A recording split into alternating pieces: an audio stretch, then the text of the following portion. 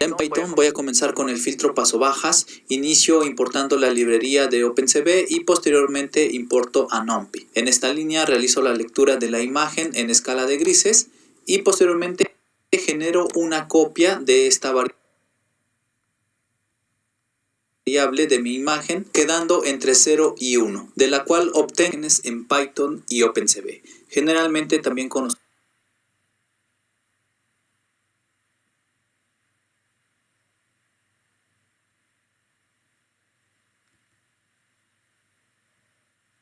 para comenzar. Un filtro de una imagen es un proceso que se aplica a una imagen para mejorar algunas características de la misma. Para que se pueda realizar el proceso de filtrado a una imagen, es necesario contar con una matriz de convolución o kernel. Esta generalmente es una matriz cuadrada de los tamaños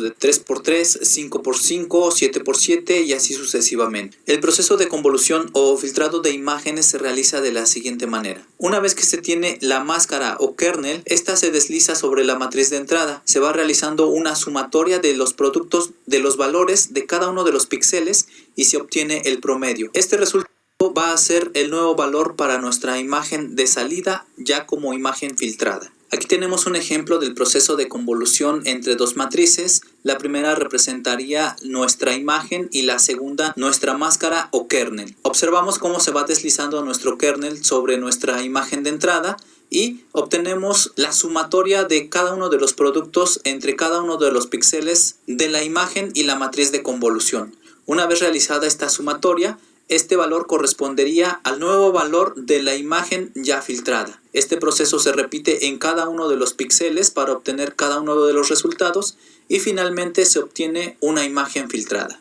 Matemáticamente, el proceso de convolución se puede representar de la siguiente manera. Los valores de los píxeles de la imagen filtrada son una doble sumatoria de los productos de la imagen de entrada y la matriz kernel o máscara. Tenemos diferentes filtros para el procesamiento de imagen. Algunos de ellos son, por ejemplo, el filtro paso bajos, el filtro paso altos o bien el filtro paso banda. Un filtro paso bajo se puede entender como aquel filtro que va a dejar pasar las frecuencias bajas, es decir, estaría rechazando todas aquellas frecuencias altas como cambios bruscos dentro de la imagen, aquellos bordes o cambios bruscos entre los colores de nuestra imagen. Por el contrario, un filtro paso altas es aquel que solamente va a permitir pasar aquellos cambios bruscos dentro de nuestra imagen, por ejemplo, aquellos bordes o cambios abruptos de colores dentro de nuestra imagen. En este video vamos a ver el funcionamiento de un filtro paso bajos y un filtro paso altos de una forma manual. Podemos crear diferentes matrices de convolución o kernel, o bien podemos utilizar algunas de las más comunes como son las que se muestran en pantalla para realizar un proceso de filtrado. En este video también veremos el filtrado de suavizado por los comandos de Python y OpenCV, iniciando con el de convolución, en el cual tenemos que definir primero un kernel y lo podemos definir por medio de la librería de NumPy con np.once. Generamos un arreglo de 3×3 del cual obtendremos el promedio. Una vez que tenemos nuestro kernel, vamos a utilizar la función cv2.filter2d y dentro de paréntesis el primer argumento es la imagen que vamos a filtrar.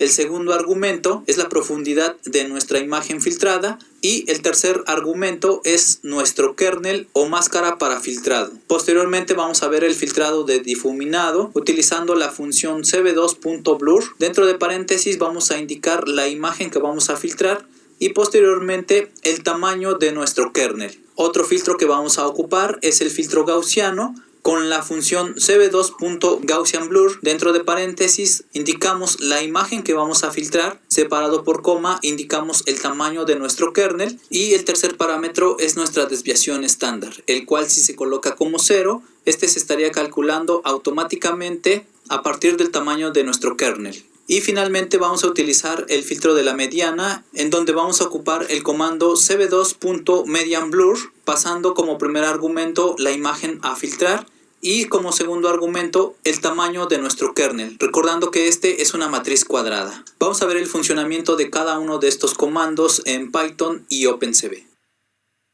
Ya en Python voy a comenzar con el filtro paso bajas, inicio importando la librería de OpenCV y posteriormente importo a NumPy. En esta línea realizo la lectura de la imagen en escala de grises y posteriormente genero una copia de esta variable de mi imagen quedando entre 0 y 1, de la cual obtengo el tamaño de esa imagen y genero una nueva matriz de ceros de ese mismo tamaño. En este ciclo for realizo el recorrido en donde genero el proceso de convolución y voy recorriendo cada uno de los píxeles de mi imagen y obteniendo de ellos la sumatoria y posteriormente el promedio, el cual es el resultado para cada uno de los píxeles como filtro de mi imagen.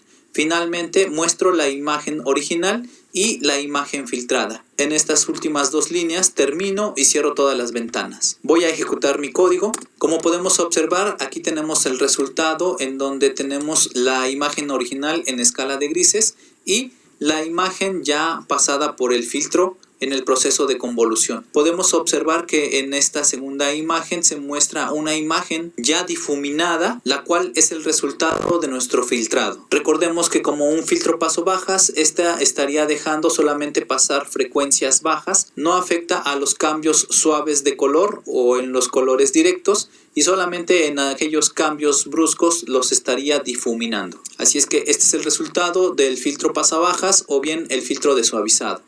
Ahora vamos a poner a prueba el filtro paso altas. Y ahora ya tengo aquí el filtro paso altas. Nuevamente estoy importando a OpenCV y a NumPy.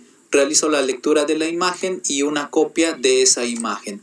Obtengo nuevamente el tamaño de la imagen y genero una nueva imagen de color negro guardándola en la variable B. Ahora para aplicar este filtro estoy generando una matriz de 3×3 en el centro con 8. Y esta me permitiría generar el filtro paso altos y posteriormente ingresando al proceso del ciclo for estoy realizando el barrido del kernel alojado en la variable h y una vez realizada la sumatoria de los productos de los valores de cada uno de los píxeles entre el kernel y la imagen obtengo el absoluto para cada uno de los píxeles, lo cual correspondería al resultado final de la imagen filtrada. Voy a ejecutar el código. Y podemos observar ahora el resultado del filtro paso altos, en donde este nos va a permitir solamente pasar las frecuencias altas, es decir, aquellos cambios entre los colores o bien los bordes de nuestra imagen. Este es el resultado ya de la aplicación del filtro paso altos. Y en esta imagen tenemos la imagen original en escala de grises. Bien, finalmente vamos a aplicar cada uno de los filtros de suavizado haciendo uso de los comandos de OpenCV. Ahora para poner a prueba cada uno de los comandos de OpenCV ya tengo importado la librería de OpenCV, tengo también importada la librería de NumPy y también tengo importada la librería de Matplotlib para mostrar arreglos de figuras. En la siguiente línea estoy leyendo la imagen y posteriormente muestro la imagen. En las últimas dos líneas termino el proceso y cierro todas las ventanas. Voy a ejecutar este pequeño código. Y bien, podemos ver el resultado en donde estoy cargando una imagen ya con ruido. Esta imagen tiene ruido del tipo sal y pimienta, con la cual estaríamos poniendo a prueba cada uno de los filtros de suavizado de OpenCV. Voy a iniciar con el filtro de convolución en 2 dimensiones, para lo cual voy a generar un kernel. Utilizando a NumPy con la función once estoy generando una matriz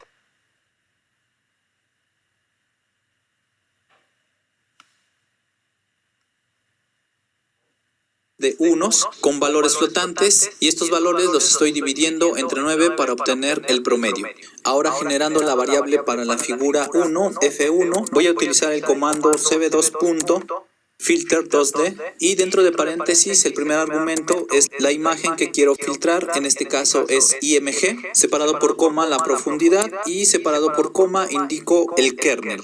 Y bien, con estas líneas ya tendría yo aplicado mi primer filtro y ahora voy a mostrar el resultado de la imagen filtrada. Utilizando cv2.imshow, indico primero el título de la ventana y posteriormente la variable de la imagen que quiero mostrar. En este caso la variable es F1. Ejecuto mi código y podemos observar el resultado de la imagen original y tenemos el resultado de la imagen filtrada por medio del proceso de convolución en 2 dimensiones. En este caso estamos poniendo a prueba un kernel de un tamaño de 3×3 utilizando el promedio para el filtrado. Bien, ahora vamos a utilizar el filtro promedio utilizando como variable F2 y la función cv2.blur.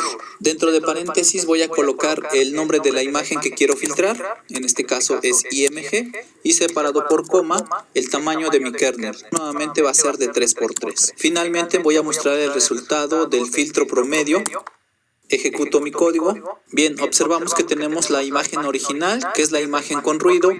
Posteriormente tenemos la imagen aplicando un filtro de convolución en 2 dimensiones y finalmente tenemos el resultado de aplicar el filtro promedio. Prácticamente podemos observar que entre estos dos filtros no existe ninguna diferencia, ya que se está aplicando la misma máscara del mismo tamaño. Bien, ahora voy a utilizar el filtro tipo gaussiano utilizando la variable f3 cb2. Gaussian Blur, pasando primero la imagen que quiero filtrar, posteriormente el tamaño de mi kernel y finalmente la desviación estándar. Voy a colocar 0 para que este sea calculado automáticamente. Nuevamente voy a mostrar el resultado de la aplicación del filtro gaussiano alojado en la variable f3. Observemos los resultados. Y bien, ya tenemos aquí la imagen original con ruido, el resultado de la convolución, el resultado del filtro promedio y ahora tenemos aquí el resultado de aplicar el filtro tipo gaussiano. Podemos observar que en cada uno de estos filtros se muestra la imagen con cambios suaves, sin embargo, aún se muestra ese ruido de sal y pimienta. Y bien, finalmente vamos a usar el filtro de la mediana, utilizando la variable f4, la función cb2.medianBlur, pasando primero la imagen que deseo filtrar y posteriormente el valor de la matriz o kernel. En este caso nuevamente es una matriz de 3×3. Nuevamente voy a mostrar el resultado. Observemos los resultados. Y bien, podemos observar que con respecto a la imagen de entrada, que es una imagen con ruido, en los primeros 3 filtros aún se muestra ese ruido de sal y pimienta y en el último caso, que es el filtro de la mediana, podemos observar que prácticamente ha desaparecido el ruido de la imagen original. Y bien, finalmente, para no tener tantas ventanas, voy a generar un arreglo de cada uno de estos resultados, guardando en la variable f cada uno de los resultados de los filtros aplicados, guardados en las variables f1, f2, f3 y f4. Posteriormente, en la variable t voy a generar nuevamente un arreglo de cada uno de los títulos. Y finalmente, dentro de un ciclo for, utilizando la variable i in range de 4 ciclos. Con esto genero mi arreglo de figuras con plt.subplot de 2 filas, 2 columnas, utilizando la variable i para recorrer cada una de esas posiciones. Ahora voy a mostrar cada una de mis imágenes en cada una de esas posiciones, utilizando nuevamente plt.inShow, recorriendo el contenido de f con la variable i, con valor mínimo de 0 y máximo de 255. Ahora voy a mostrar cada uno de sus títulos en cada una de sus posiciones, utilizando plt.title y voy a recorrer el contenido de la variable t, utilizando la variable i de mi ciclo for. Finalmente voy a evitar que se muestren la numeración y los ejes de mis figuras, utilizando plt.xtricks, paréntesis y corchete, separado por coma, nuevamente plt.getricks, paréntesis y corchetes. Finalmente voy a mostrar mi arreglo de figuras con plt.show, por lo tanto voy a borrar estas líneas y ahora vamos a observar los resultados. Bien, observamos que nos está mostrando la imagen en un espacio de color diferente a la que queremos. Por lo tanto, voy a realizar un cambio de espacio de color. Así es que a partir de aquí voy a utilizar la misma variable img y la función cb2.cbtcolor. Dentro de paréntesis, el primer argumento es la imagen que deseo cambiar a otro espacio de color y separado por coma voy a indicar el espacio de color al cual voy a cambiar, utilizando cb2.color _ y voy a cambiar de BGR a RGB. Ya realizado este cambio, nuevamente vamos a observar los resultados. Y bien, ya tenemos aquí el resultado de la conversión en el espacio de color y también la aplicación de cada uno de los filtros de suavizado. Observamos que tenemos el filtro de convolución, el filtro promedio, gaussiano y el filtro de la mediana. Para esto nuevamente podemos observar que el filtro de la mediana es el que tiene mejor resultado con respecto al ruido de sal y pimienta. Ahora voy a realizar un cambio con respecto a la dimensión de cada uno de los kernels, utilizando ahora un tamaño de 5×5. Para todos los filtros he cambiado el tamaño del kernel y voy a realizar una prueba más. Y nuevamente tenemos el resultado. Podemos observar en los primeros 2 que se ha realizado un difuminado Podemos observar ahora que en el filtro del tipo gaussiano aún se muestran aquellos píxeles del ruido aplicado a la imagen y finalmente observamos el filtro de la mediana, el cual nuevamente se obtiene mejor resultado con respecto al ruido aplicado. Bien, hasta aquí este video. Hasta luego.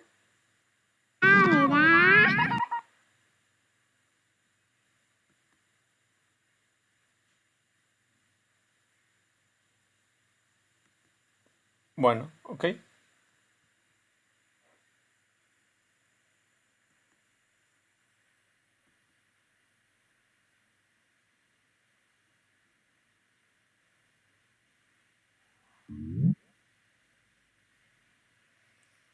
Ok, ok. En la clase de hoy vamos a ver el tema de filtros.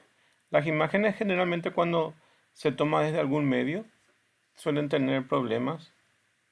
Entonces la opción es realizar ciertos filtros. Eso es lo que vamos a ver hoy. Y vamos a utilizar Python para poder ver las mejoras de esas imágenes. ¿Ok? Pero antes, recordando una de las clases que ya vimos, voy a ver el tema de Monte Carlo aplicado con Python. Bueno,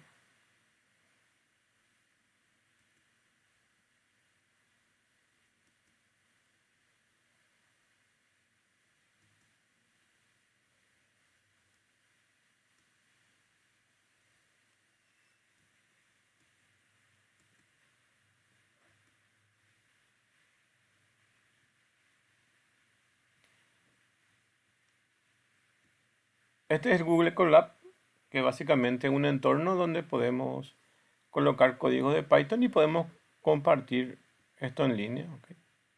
Entonces, esta es la aplicación de lo que les había mostrado en MATLAB y este es el código, el mismo código aplicado para Python. ¿Ok? Entonces, voy a empezar a explicar este algoritmo y después vamos a continuar con las otras clases. Bueno, el método Monte Carlo es un método básicamente donde utiliza números randómicos. Entonces, es un método de aproximación, como dice ahí. Y mediante esta técnica, como dice acá, es una técnica numérica para calcular de forma probabilística y otras cantidades relacionadas utilizando secuencias de números aleatorios. Entonces, se usa números randómicos. En el caso de una sola variable, el procedimiento es el siguiente, que es en nuestro caso. ¿Ok? Entonces, vamos a generar una serie de números aleatorios, en este caso R1, R2, Rn, en una distribución uniforme. ¿Ok? Dentro del MATLAB se llamaba uniform y tenía una distribución uniforme de los números randómicos. En una distribución de ceros, de 0 hasta 1. Entonces, puede ser 0, 1 o 0,5. O sea, está entre 0 y 1 los números que se van a generar. Esta secuencia puede producir una secuencia que podemos llamarle x1, x2, xn, distribuida dentro de ese grupo. ¿Ok? Y para usar esa secuencia de valores x, para estimar algunas de las propiedades de la función que nosotros vamos a hallar. En este caso vamos a hallar la función de un círculo, que es mediante la fórmula del círculo. Los valores de x que pueden tratarse como medidas simuladas, a partir de ellos pueden estimarse la probabilidad de los valores que x toman ciertas regiones, o sea, de los valores que corresponden a la función o están dentro o fuera de la función. Formalmente el cálculo de Monte Carlo no es otra cosa que una integración. Una integración, básicamente la definición de integración es una función y se grafica esa función y se pinta todo el área que está dentro de la curva. Entonces sería toda el área de la curva. En el caso del círculo sería pintar todo el círculo. ¿Ok? En general las integrales unidimensionales pueden usarse otros métodos más optimizados. El método de Monte Carlo es, sin embargo, muy útil para integración multidimensional. También se puede usar para, en este caso es una sola dimensión, pero se puede usar dos o tres dimensiones en otro tipo de gráfica, ¿ok? En este caso es una gráfica en un plano, ¿ok? Con valores en X y en Y. Bueno, vamos a ir directo al código. Vamos a importar dos librerías de Python, ¿ok? Entonces, muchas de las librerías ya están instaladas dentro del Google Colab, ya que Google Colab es un entorno de, de Google. Entonces, ya están instaladas la mayoría de las funciones y de las librerías que tienen que tener Python. Entonces, en este caso no hace falta instalar otras nuevas, sino utilizar las que ya vienen preexistentes dentro de eso. Entonces, directamente ponemos front en el sentido de que ya están instaladas. Entonces, desde Python vamos a utilizar esta en librería de random y vamos a importar esa librería. ¿Ok? Y vamos a importar también la librería de matemáticas. ¿Ok? ¿Qué vamos a usar de la librería random? Vamos a usar los números randómicos, ¿ok? Los números aleatorios. ¿Y qué vamos a usar de la parte de matemáticas? Vamos a usar la potencia y la raíz cuadrada. POU para potencia y SQRT para raíz cuadrada. Entonces, eso es lo que vamos a utilizar de librerías. ¿Ok?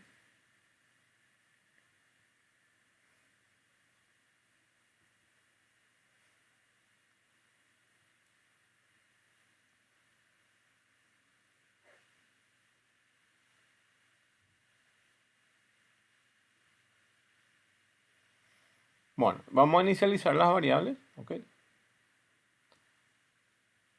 Vamos a suponer, me voy a ir directamente al gráfico para que ustedes vean el resultado de esto. ¿Ok?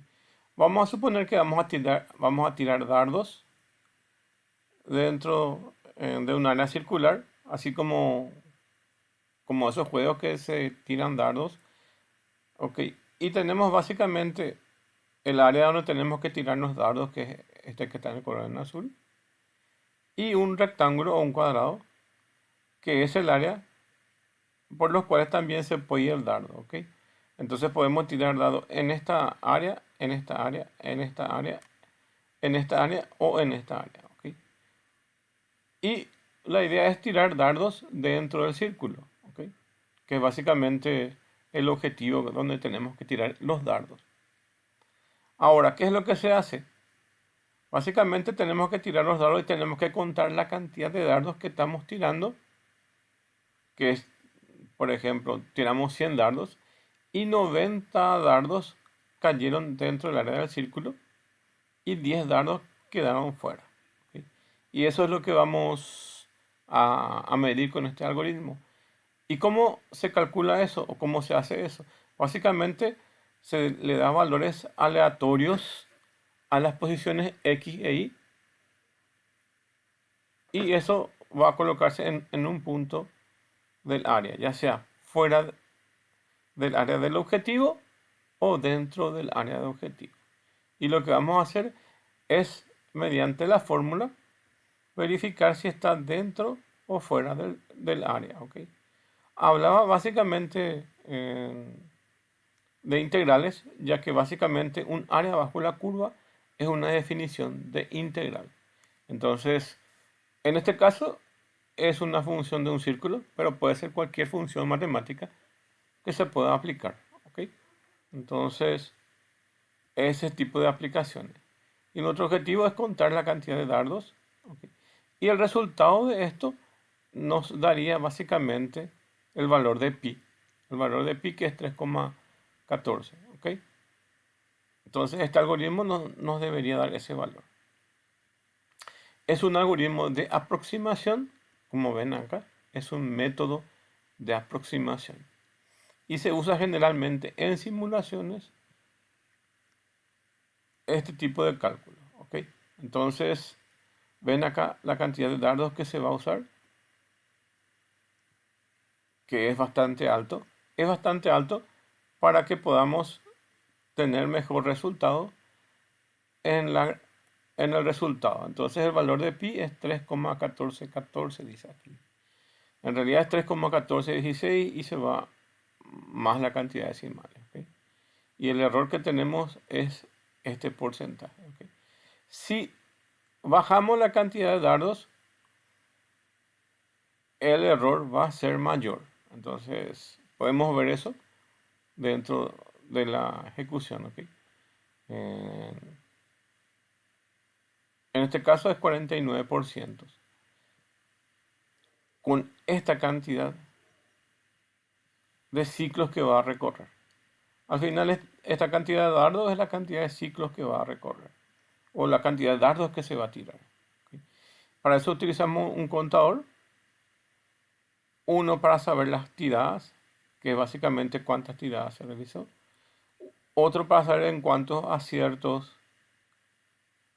tuvo, es decir, cuántas veces ingresó dentro del círculo, y otro es el cálculo del número pi. ¿Ok? Es el valor de aproximación.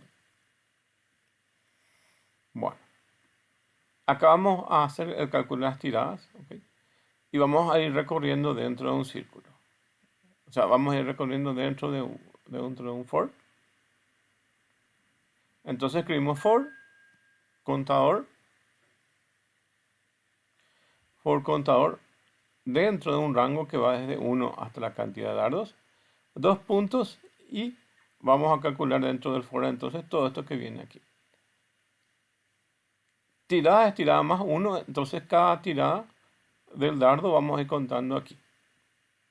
Entonces la primera tirada del dardo entró aquí. Después se generan los valores aleatorios para X e Y. Entonces se aplica la función random que estaba definida allá arriba y se aplica valores. Esto evidentemente nos da valores entre ceros y unos. Entre ceros y unos. ¿Ok? Y después, con esos, vamos a calcular la distancia, que es básicamente la raíz cuadrada, es x elevado al cuadrado más y elevado al cuadrado y su raíz. Ok. Esta es la definición. Voy a escribir aquí. Esta es la definición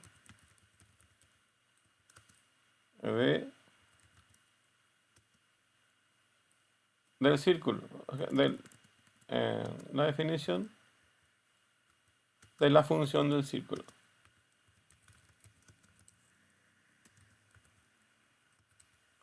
Que dice que básicamente es x. Voy a ver si encuentro aquí.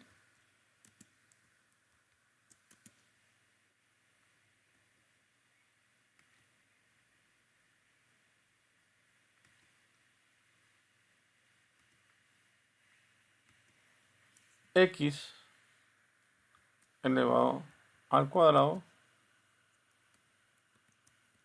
más y elevado al cuadrado. ¿Ven cómo me va completando acá? Es tan inteligente esta herramienta. ¿Ven?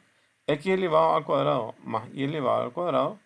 Ya me pone que es r elevado al cuadrado. ¿Ok? Es r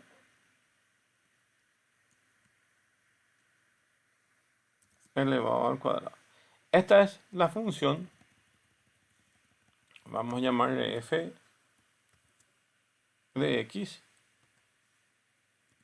Esta es la función de un círculo. ¿Ok? Bueno. ¿Hasta ahí todo bien? Bueno. Y ahora, ¿cuánto vale el radio? ¿Ok? Ven que es x elevado al cuadrado y elevado al cuadrado. Estos valores se generan aleatoriamente, que van entre 0 y 1. ¿Ok? ¿Y cuánto vale el radio? Que es este que está acá. Como estamos hablando de un círculo unitario, generalmente se usan eso. Y eso viene también por la función de radian, o sea que tiene muchas implicancias. Y generalmente se usa radio 1. ¿Ok? Entonces, fíjense cómo queda. es x elevado al cuadrado más y elevado al cuadrado. Y ven que nuestro rango va también de 0 a 1. ¿Ok? Entonces, eh, básicamente es un círculo unitario con radio 1. 1 elevado al cuadrado es 1. Entonces nuestra fórmula quedaría así. Es x elevado al cuadrado más y elevado al cuadrado es igual a 1. ¿Ok? Y bueno, y esa fórmula es la que aplicamos acá. La distancia es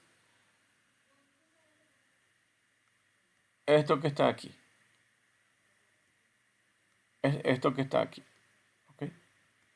Entonces, para tener básicamente la distancia, aplicamos esta fórmula. ¿Ok? Y esto básicamente nos dice si este punto que está acá, este punto que dice, que vamos a poner punto que está entre x, y, ¿cómo está con respecto al círculo, que es nuestra función aquí? Si es igual a 1, entonces está por el borde del círculo. Es decir, que está en el círculo. ¿Ok? Si ese mismo punto, x, y,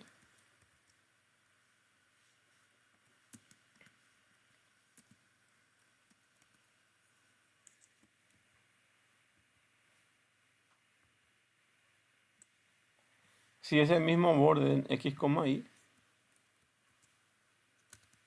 es menor a 1,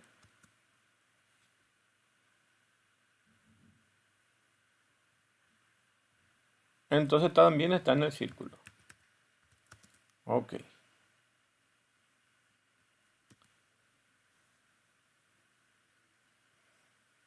Y fíjense cómo es inteligente este. Si punto x, y es mayor que eso, entonces ponemos punto x, y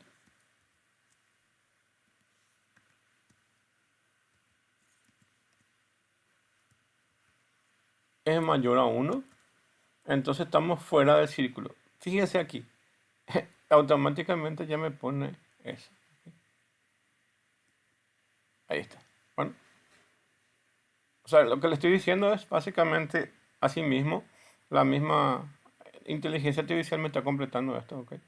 Entonces, desde el punto de vista matemático, eh, si lo que está acá en el rango es de x e y, entonces estamos en el borde y estamos dentro del círculo. ¿Ok? Si el x es menor a la posición x y es menor a lo que estamos en el círculo, entonces, digo, si es menor estamos también dentro del círculo. Y si es mayor estamos fuera del círculo. Eso es lo que se calcula dentro de todo este grupo, ¿ok? Entonces, ahí pongo como comentario esto para que se entienda. ¿Ok?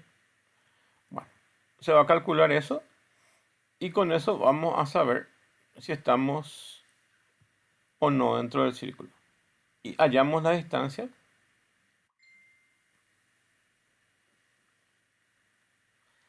Hallamos la distancia, que es la raíz cuadrada de esta misma fórmula que estamos haciendo aquí. Y esa es la definición del círculo como vimos. ¿Ok? Esto también voy a poner como comentario.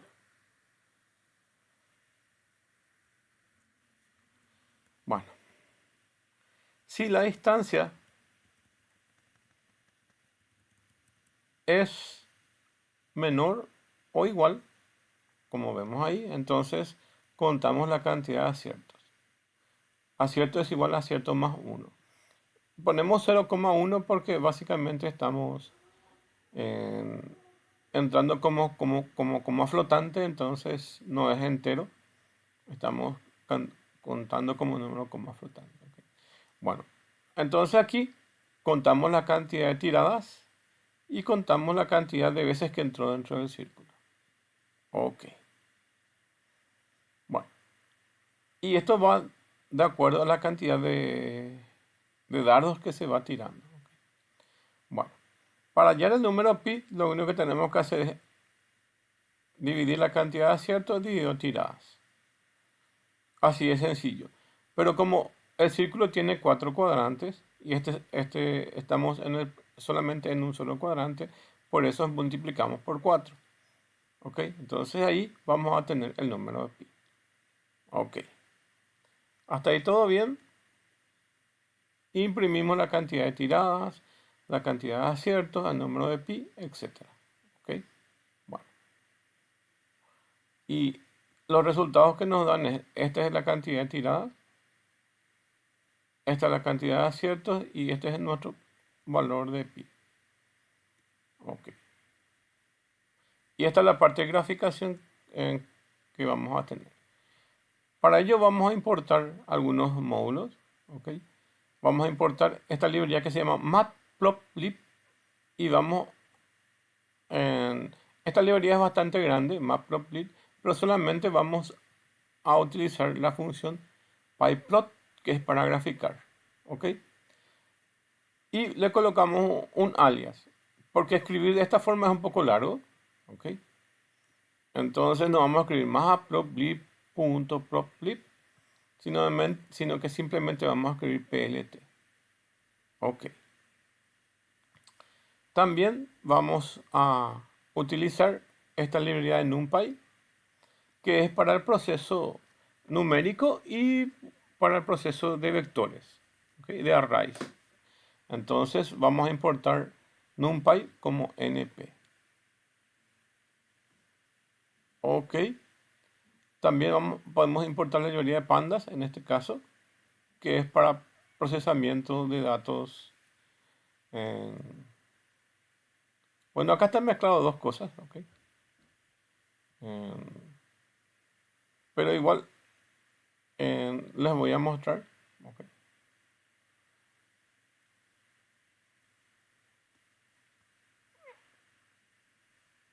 Usa NumPy para el procesamiento de vectores y pandas, que es básicamente para ver los datos en forma de tablas. ¿Ok? Y este SSI básicamente es otro para graficación también. ¿Ok? Y utiliza esto, que es muy importante. ¿Ok? Para la generación de números randómicos, generalmente se usa un número semilla, así se llama. Por eso ven el nombre SID. La generación de números semilla generalmente se utiliza para que los números randómicos no sean iguales en todas las tiradas. ¿Ok? En probabilidades, generalmente cuando uno estudia probabilidades, generalmente se enseña que básicamente se meten algunas bolas de colores, unas bolitas de colores en un envase, ¿ok? Y se extraen esas bolitas y se cuentan de qué colores son. Generalmente se suele entender que hay una probabilidad que salgan siempre casi del mismo color, ¿ok? Entonces, o va a salir, por ejemplo, más rojos o más azules, ¿ok? Entonces, o más amarillos. Entonces, siempre hay una tendencia que uno de los colores salga mayor. ¿Ok? Y más con el tema de las computadoras, que básicamente son números pseudo aleatorios y no son números totalmente aleatorios. Entonces la tendencia de que salgan los mismos valores se incrementa. Entonces, para alivianar ese peso de generar siempre los mismos números pseudo aleatorios, entonces se agrega un valor que se llama semilla. ¿Ok? Entonces, si nosotros queremos hacer números totalmente aleatorios, no nos va a funcionar si no le agregamos una semilla. O no va a ser, o va a funcionar con menos eficiencia. Entonces, ¿qué es lo que hace el algoritmo de semilla? Básicamente toma la hora de la computadora y una fecha, y a partir de ahí va a calcular entonces la semilla. Y eso hace que básicamente no se repitan tantos valores. ¿Qué es lo que hace? Generalmente toman el clock de la computadora hacen un pequeño cálculo y con eso hace que ninguno de los valores que se van a generar en los números randómicos sean iguales. ¿Por qué pasa eso? Porque tenemos 24 horas y una fecha dada. Entonces va, va a hacer que eso no se repita hasta el otro día. ¿Ok? Entonces van a tener números randómicos. En este caso van a ver que le dio un año de 1984. ¿Ok? Entonces va a tomar el año 1984 y la hora de la computadora y va a hacer que esos valores se generen a partir de esa fecha. ¿Ok? Puede ser 2026 o lo que sea. Bueno, entonces se genera el número randómico y le introduce el valor de semilla para que no se repitan. ¿Ok? Después nos vamos a definir esto mismo, la cantidad de tiradas que se hizo y vamos a graficar. ¿Ok? Vamos a colocar la figura que tenemos aquí y vamos a colocar los valores uniformes que son los números randómicos. ¿Ok? Esta es para la graficación y va a graficar eso. ¿Ok? Y después va a calcular lo mismo que hicimos nosotros. Está haciendo el mismo algoritmo, está repitiendo, pero solamente para la graficación. Lo que están en el interior es, ven cómo le pone asterisco asterisco, que viene a ser básicamente el POU. ¿Okay? Acá no está utilizando el POU que estamos utilizando allá arriba, sino que básicamente está utilizando esa definición de x elevado al cuadrado. Así está haciendo. ¿Okay? Entonces está colocando esa forma. X elevado al cuadrado más y elevado al cuadrado. Y se ve nuestra fórmula que estaba acá. Es igual a 1. Esta es la de círculo. ¿Okay? Y dice, interior es esto que está acá, siempre y cuando sea menor o igual a 1. Entonces, todo lo que sean menores o igual a 1 va a entrar dentro de interior. ¿Ok? Y pi es interior, toda la suma de los que son valores interiores. ¿Ok? Entonces, divide entre la cantidad de tiradas y multiplica por 4. ¿Ok? Es otra forma de hacer. ¿Ok? Este es un poco más elaborado, evidentemente. El otro es más algorítmico. ¿Ok? Y el error es el valor absoluto del valor de pi que ya está guardado dentro de la computadora menos nuestro cálculo. ¿Okay? Dividido el valor de pi y nos da el porcentaje de error que tiene nuestro cálculo con el valor de pi de 3,1416. ¿Okay? Entonces este es el pi de la computadora versus el pi aproximado. Y esto es el error que se genera.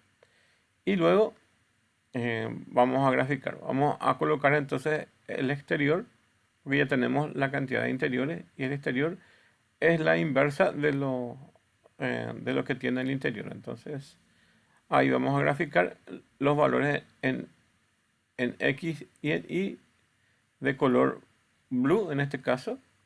Entonces de color azul vamos a poner todos los puntos que sean los que están dentro del interior. Y en color rojo vamos a poner los que están en el exterior. Y vamos a graficar. Y acá le ponemos los labels que queremos colocarle. ¿Okay? Esas son las etiquetas que queremos colocarle dentro del gráfico. ¿Okay? Bueno.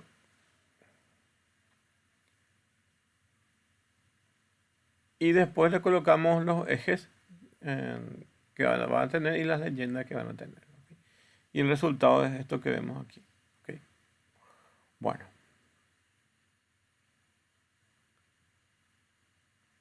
Fíjense lo que va a pasar. A ver. Si yo reduzco esto a una cantidad pequeña.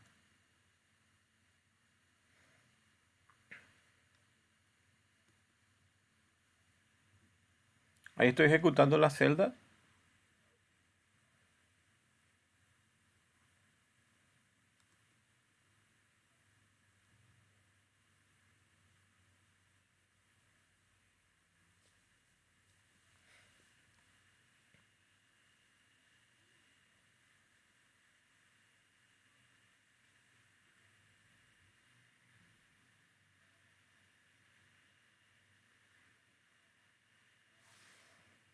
¿Y qué es lo que se está ejecutando?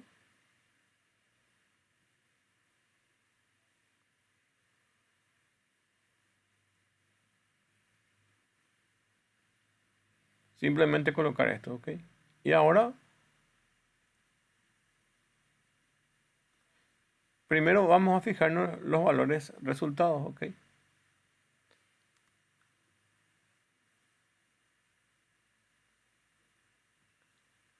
Los valores resultados son 3,1425. Esta es la cantidad de tiradas y esta es la cantidad de aciertos. Ahora va a cambiar esto.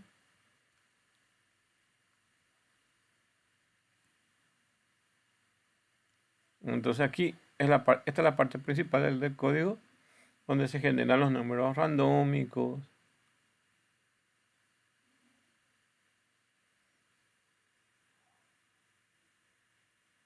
Ya me marcó acá porque yo tenía que bajarle aquí. A ver, ahí le tengo que poner. Esta la tengo que bajarle ahí. Ok.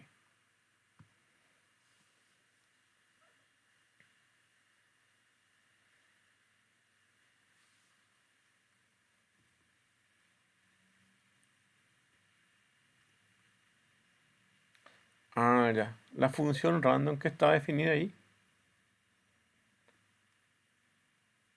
están usadas a partir de esa librería. Ok. Entonces, a partir de esa librería, una vez que utilizo esta librería, sí no está encontrando esta definición de random. Ok.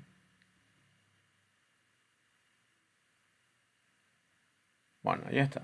Ok. Entonces voy a levantar otra vez esto aquí. Y esta definición voy a levantar otra vez. Para que no sea tan grande el espacio que ocupe. Ok. Bueno. Acá hizo el, el ciclo. Ok. Entonces fue contando la cantidad de tiradas. Fue generando números randómicos en X y fue calculando fue calculando el tema de los aciertos de acuerdo a la fórmula del círculo, ¿ok? De acuerdo a esta función que está acá. Esta función la ventaja del método Monte Carlo es que esta función podemos cambiar, ¿ok? En este caso es la de círculo. Imagínense cualquier función que tenga eh, otra área, ¿ok? Pueden aplicarlo. Bueno, y va contando la cantidad de aciertos. Y aquí vamos a hallar los cálculos, ¿ok? Que es este número de pi, la cantidad de aciertos versus la tirada.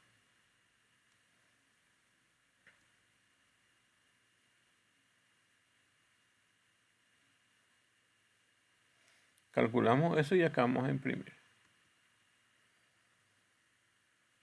Bueno.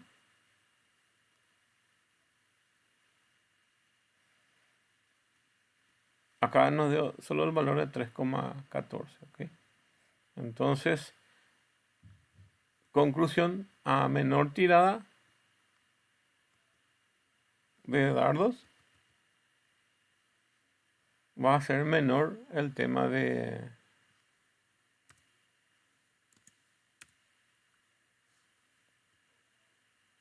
aproximación, entonces va a ser menos, o sea, va a ser menor su aproximación.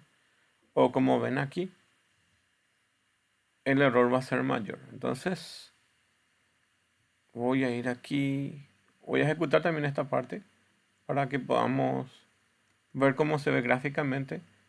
Cuando tengamos esta parte, lo único que hace es habilitar las librerías, ¿ok? Y generar el número de semillas. Después de eso, vamos a calcular esto. Pero esta cantidad de dardos que se tira voy a disminuir.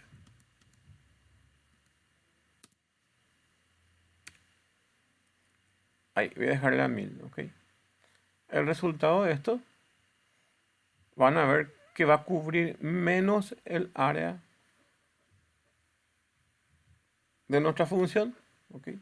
Si vemos, va a estar de esta forma, ¿ok? Entonces cubre menos el área. Las cantidades de dardos que tiramos, entonces no cubren toda el área, ¿ok? Y tampoco cubren toda la área exterior. ¿Ok?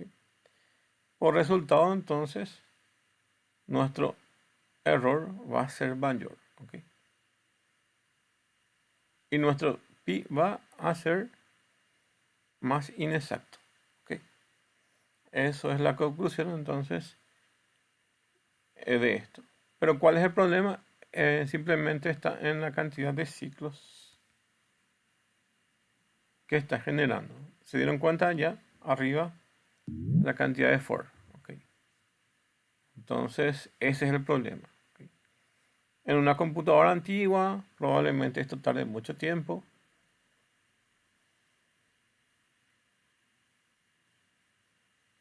Entonces aquí el error ya es mínimo. Entonces con esta cantidad de tiradas el error es mínimo. Voy a probar un poco a ver si le agrego más un 0 aquí.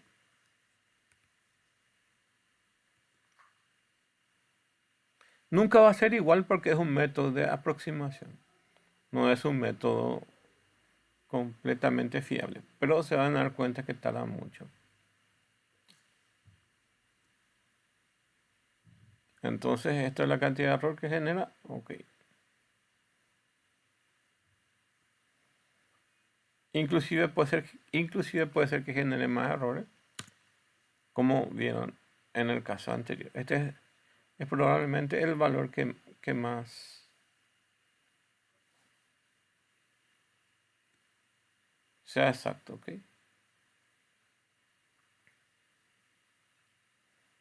Bueno. Ahí lo dejamos entonces. Y allá vimos cómo funciona esta parte. ¿Ok?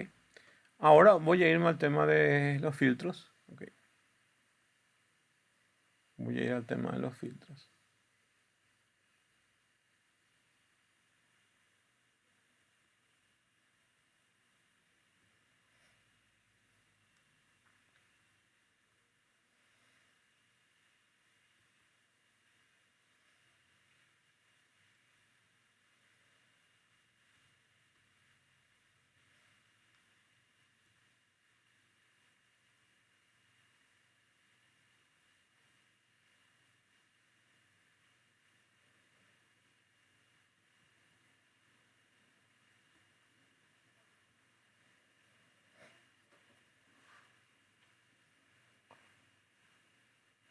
Bueno, voy a explicar primero la idea. ¿Ok? Voy a irme primero entonces a una teoría para explicar esto. Y después voy a regresar a eso.